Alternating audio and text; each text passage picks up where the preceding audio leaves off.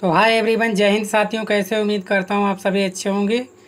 स्वागत है आपके अपने परिवार अन्य क्लासेस फोरी में। जैसा कि आप देख पा रहे हो, कक्षा 9th विज्ञान जो अर्धवार्षिक परीक्षा आपकी 2023-24 में होने वाली है, उसके लिए हम लोग तैयारी कर रहे हैं। ठीक है, तो महत्वपूर्ण विज्ञान के प्रश्न जो आपकी अर्धवार्षिक परीक्षा में आएंगे, तो आप सभी इन प्रश्नों को तैयार कर लीजिए, क्योंकि सभी प्रश्न जो हैं आपके लिए VIP होने वाले हैं, इंपॉर्टेंट है। यही आपके पेपर में आएंगे, 100% ऐसे प्रश्न आएंगे अर्धवार्षिक परीक्षा 2024 में। जो आपकी क्या है 23-24 चल रही है ना, उसकी परीक्षा में ऐसे ही आपको प्रश्न अर्धवार्षिक में देखने को मिलने वाले हैं। तो चलिए शुरू करते हैं आज का महत्वपूर्ण सेशन। ठीक है, तो चलिए। बोला गया है, द्रव की कौन सी अवस्था सदैव विद्युत की सुचालक होती है। तो आपको बताना, द्रव की कौन सी अवस्था जो है सदैव विद्युत की सुचालक होती है। सुचालक का मतलब होता है कि जिसमें विद्युत धारा आसानी से क्या हो सके, बह सके। ठीक है, ठोस, द्रव, गैस या प्लाज्मा।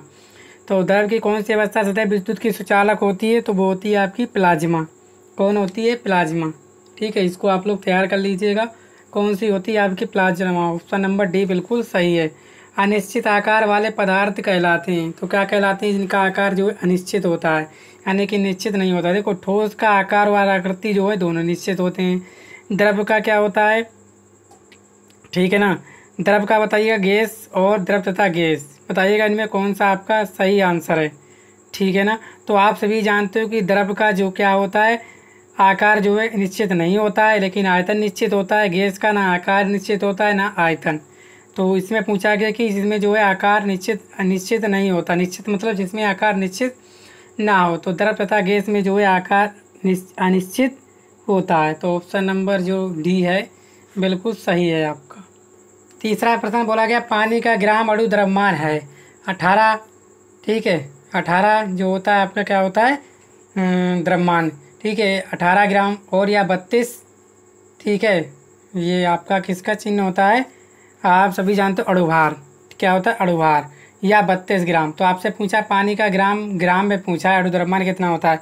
पानी का सूत्र क्या होता है? H2O। H का कितना होता है? 1 और कितने हैं? 2 प्लस ऑक्सीजन का कितना होता है? 16।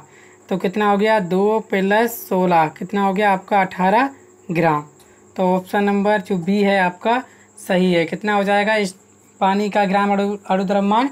ठीक है, तो वो हो जाएगा आपका 18 ग्राम। न्यूट्रॉन की खोज किसने की? साइंटिफिक थॉमसन, नील बोर या रदरफोर्ड ने। ठीक है, तो किसने की? तो आप सभी जानते हो, ईंट पर नाच, यानी न्यूट्रॉन की खोज की आपकी साइंटिफिक ने। ऑप्शन नंबर ए बिल्कुल सही है। इसके बाद कोशिका का बिजली ग्रह है अर्तिलवक, माइटोकॉन्ड्रिया, गाल्जी उपकरण या केंद्रिका। तो आप सभी जानते हो जो कोशिका का बिजली ग्रह है वो है आपका माइटोकॉन्ड्रिया। इसे ऊर्जा ग्रह भी हम लोग कहते हैं। ठीक है, आगे। कोशिका की खोज करने वाले वैज्ञानिक हक्सले, रॉबर्ट हुक, बर्चाउ या रॉबर्ट ब्राउन। तो कोशिका की खोज की थी आपके Robert Hooke. Option number B बिल्कुल सही आंसर है। यही तैयार करना है आप लोग। पौधे में जल का परिवहन होता है, यानी कि पौधों में जो जल का परिवहन किसके द्वारा होता है? ठीक है, तो जल का परिवहन जो पौधों फ्लोएम द्वारा, जाइलम द्वारा, दोनों के द्वारा या स्टोमेटा के द्वारा। तो पौधों में जल का परिवहन आपका होता है किसके द्वारा? जाइलम के द्वारा। अगर पूछे खाद्य पदार्थों का यानी कि भोजन का, तो वो होता है आपका फ्लोएम के द्वारा। याद रखना। ठीक है, ये पौधों में जल का परिवहन होता है आपका जाइलम के द्वारा। ठीक है, नेक्स्ट सवाल नंबर अब हम लोग 8 देखने वाले हैं। ठीक है, सारे प्रश्न आपके लिए इम्पोर्टेंट हैं। और 8वां बोला गया है कि पेरेनकाइमा उत्तक होता है। विभाज्य उत्तक, स्थायी उत्तक या दोनों प्रकार का, या इनमें से कोई नहीं। तो पेरेनकाइमा, ठीक है, पेरेनकाइमा उत्तक होता है आपका विभाज्य उत्तक होता है और स्थायी उत्तक भी होता है, यानी कि ये दोनों प्रकार का उत्तक होता है। तो ऑप्शन नंबर सी बिल्कुल आंसर सही है। वाहिकाएं मिलती हैं फ्लोएम में, कैम्बियम में, कॉर्टेक्स में या जाइलम में। तो आप सभी बताइएगा वाहिकाएं मिलती हैं किस में मिलती हैं? फ्लोएम में, कैम्बियम में, कॉर्टेक्स में या जाइलम में। तो वो मिलती हैं आपकी किसमें? जाइलम में। ठीक है, वाहिकाएं मिलती हैं आपकी जाइलम में। इसके बाद कंडरा। क्या है? कंडरा एक संरचना है। तो आपको बताना है कंडरा जो है किसकी संरचना है? जो एक अस्थि को दूसरी अस्थि से, पेशी को अस्थि से, या तंत्रिका को पेशी से, या पेशी को पेशी से क्या करती है? जोड़ती है। ठीक है, तो आप सभी जानते हो कंडरा एक संरचना है जो पेशी को अस्थि से जोड़ती है। किसको?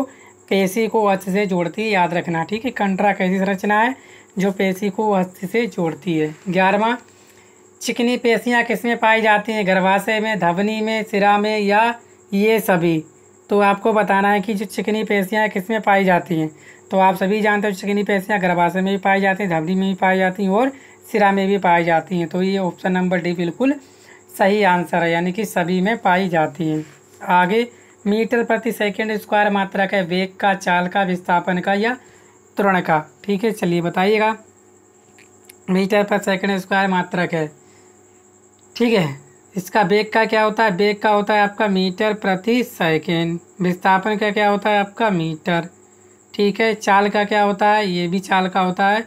चाल जो वेग का मात्रक होता है वही होता है, क्या होता है आपका? मीटर प्रति सेकंड।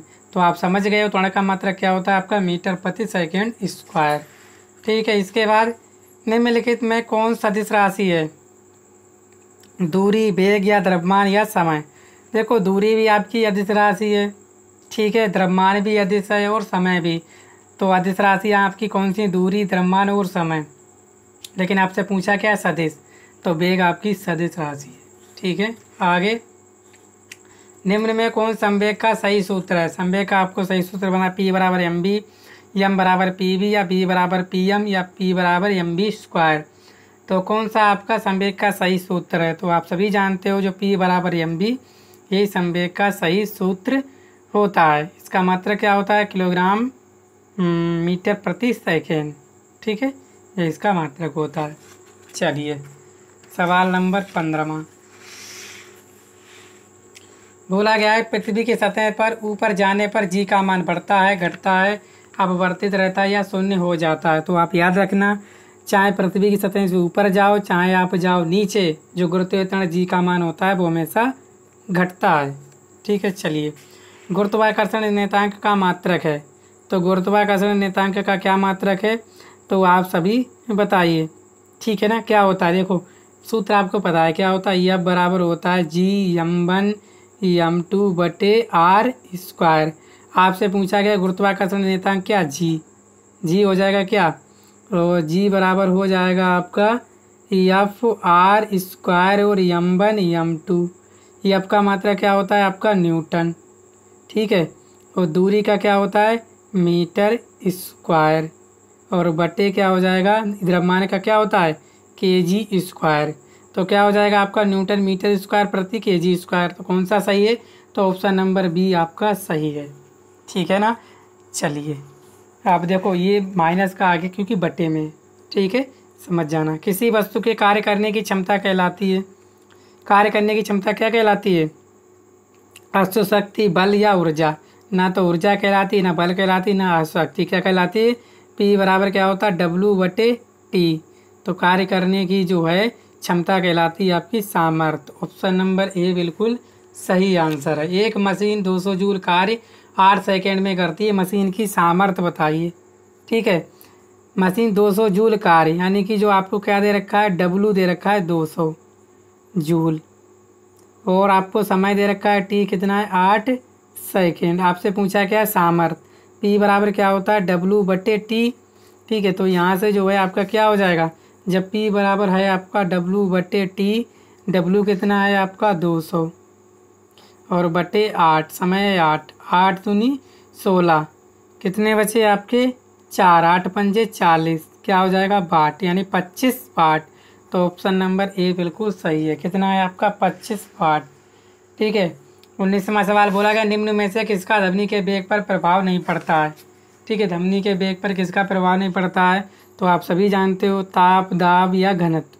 तो जो है आर्द्रता पर धमनी की चाल का जो है प्रभाव नहीं पड़ता है, ठीक है ना। किसके धमनी के वेग पर प्रभाव नहीं, वेग मतलब चाल ही होता है, तो किसका?